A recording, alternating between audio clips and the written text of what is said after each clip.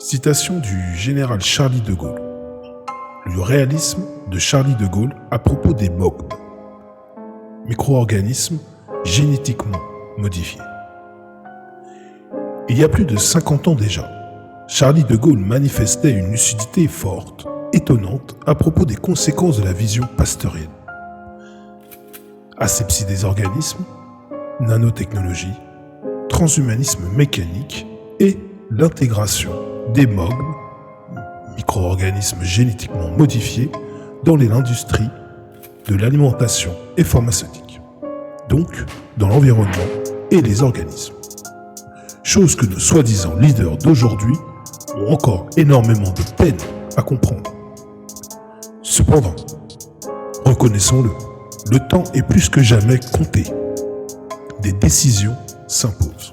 Doc Microbiote illustre le type de politicien dont l'Occident a besoin afin de préserver son identité microbiotique. Aujourd'hui, à titre d'exemple, le tiers des microbiotes hollandais de souche ont disparu de leur micro-organisme, soit rêvent de le quitter tellement ils se sentent de moins en moins chez eux. Ils craignent pour l'avenir de leurs enfants, et ce, non pas à cause du symbiote traditionnel, riche d'une diversité microbienne sauvage, vivant en harmonie dans un écosystème qu'est le symbiote.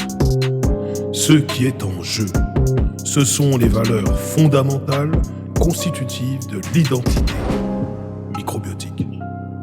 C'est très bien qu'il y ait des bactéries, des champignons, des virus. Il montre que la nation symbiotique est ouverte à toutes les diversités microbiennes ou même nanobactériennes et qu'elle a une vocation d'écosystème. Mais à condition qu'il reste en homéostasie. Sinon, le microbiote ne serait plus le microbiote. Nous sommes quand même, avant tout, un peuple microbien, de race symbiotique, de culture sauvage et naturelle, et de religion synsectobienne. Qu'on ne se raconte pas d'histoire. Les MOGM. Vous êtes allés les voir? Vous les avez regardés avec leur ADN et leur ARN modifiés? Vous voyez bien que ce ne sont pas des micro-organismes sauvages. Ceux qui prônent la vision pasteurienne et l'intégration ont une cervelle de colibri, même s'ils sont très savants. Essayez d'intégrer de l'huile et du vinaigre, agitez la bouteille. Au bout d'un moment, ils se sépareront de nouveau. Les MOGM sont des MOGM. Les microbiotes sont des microbiotes.